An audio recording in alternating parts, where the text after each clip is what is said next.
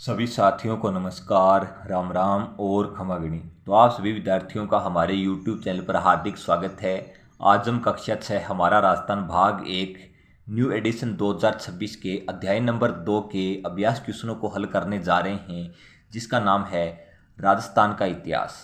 तो चलिए शुरुआत करते हैं पहले क्वेश्चन के साथ। पहला क्वेश्चन है, मत्स्य जनपद की राजधानी कौन सी थी? तो मत्स्य जनपद की राजधानी बतानी है आपको। मत्स्य जनपद की राजधानी हो जाएगी विराटनगर। तो ये क्वेश्चन बार बार राजस्थान के एग्जाम में और जो भी सेंट्रल के एग्जाम है उनमें ये क्वेश्चन पूछा गया है। तो मत्स्य जनपद की राजधानी थी विराटनगर। ठीक है। क्वेश्चन नंबर 2 है, कोटा बूंदी वाला क्षेत्र क्या कहलाता है? अर्थात कोटा और बूंदी वाला जो क्षेत्र है उसे क्या कहा जाता है? उसको कहा जाता है हाड़ौती। ठीक है, आगे बढ़ते हैं। आगे है, रिक्त स्थानों की पूर्ति कीजिए। पहला है, ब्यावर अजमेर का क्षेत्र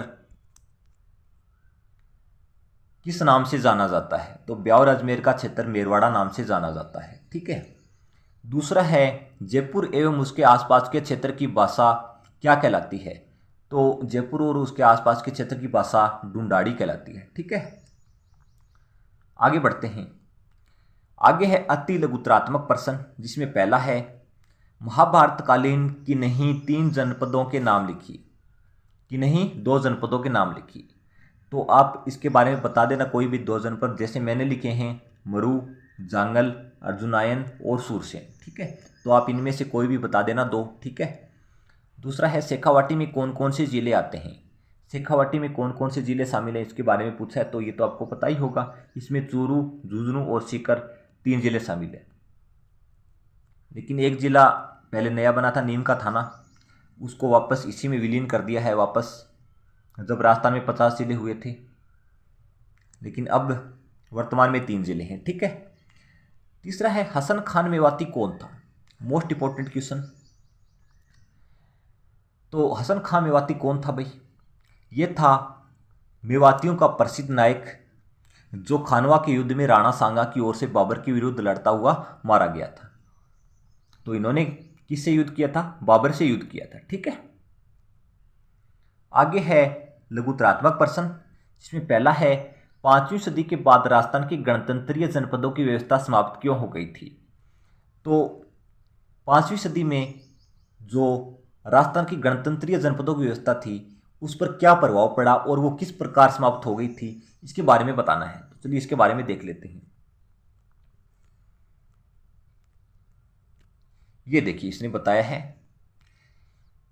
5वीं सदी के बाद हुण आक्रमणों ने यहाँ के गणतंत्रीय जनपदों की व्यवस्था को समाप्त कर दिया। किसने भाई? हुण आक्रमणों ने। ठीक है। वरहत संहिता नामक ग्रंथ में इनके पतन की चर्चा की गई है।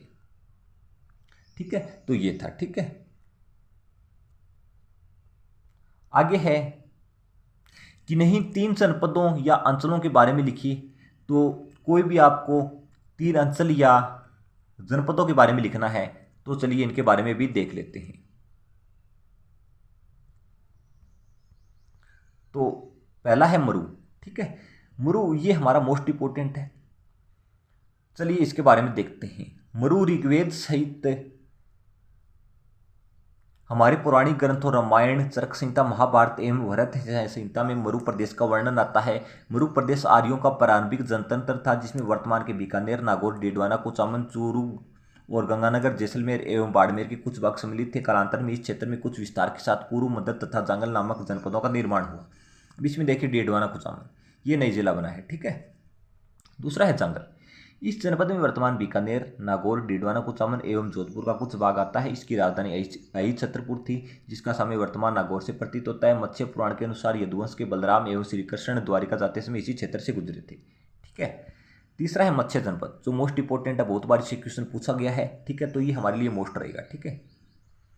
इस जनपद का उल्लेख ऋग्वेद में मिलता है। कौन सी जनपद का उल्लेख? मत्स्य जनपद का उल्लेख। महाभारत काल में मत्स्य जनपद की राजधानी विराटनगर बेराट थी, जो क्वेश्चन बार बार पूछा गया है। ठीक है। यह जनपद कोटपुतली बहरोड के मध्य स्थित था। ठीक है, ये नया जिला बना है कोटपुतली बहरोड। ठीक है। इस स्थान का वर्णन चीनी यात्री युआन चांग ने भी किया है। तो मत्स्य जनपद का वर्णन किस चीनी यात्री ने किया है? तो बता देना आप, युआन चांग ने। ठीक है। अगला है सूरसेन। तो हमको 3 बताने थे, तो आप कोई भी 3 बता देना, ठीक है। अब देख लेते हैं प्राचीन नाम। तो अजमेर का प्राचीन नाम था अजयमेरू, ठीक है। और प्रतापगढ़ का प्राचीन नाम था कांठल, सिरोही का प्राचीन नाम था चंद्रावती, धौलपुर का प्राचीन नाम था कोठी, नागौर का प्राचीन नाम था अहि छत्रपुर, हनुमानगढ़ का प्राचीन नाम था बटनेर, जालौर का प्राचीन नाम था जबालीपुर, और करौली का प्राचीन नाम था गोपालपाल, और जैसलमेर का प्राचीन नाम था मांड, जो बार बार पूछा गया है। और सिरीमाल किसका भीनमाल का प्राचीन नाम था सिरीमाल। तो ये मैं आपको एक्स्ट्रा फैक्ट के आधार पर आपको मैं इसकी जानकारी दे रहा हूँ, क्योंकि ये प्रश्न बार बार राजस्थान की परीक्षा में पूछे जा रहे हैं, इसलिए आप सभी को इसका फ़ायदा मिल सके, इसलिए मैंने ये क्वेश्चन एक्स्ट्रा फैक्ट के रूप में लिए हैं। तो ये हमारा अध्याय नंबर 2 था, जिसको हमने अच्छे तरीके से पढ़ा। अगर आपको ये वीडियो पसंद आई हो तो आप लाइक, सब्सक्राइब और शेयर जरूर करें, और सभी विद्यार्थियों तक शेयर करें। धन्यवाद।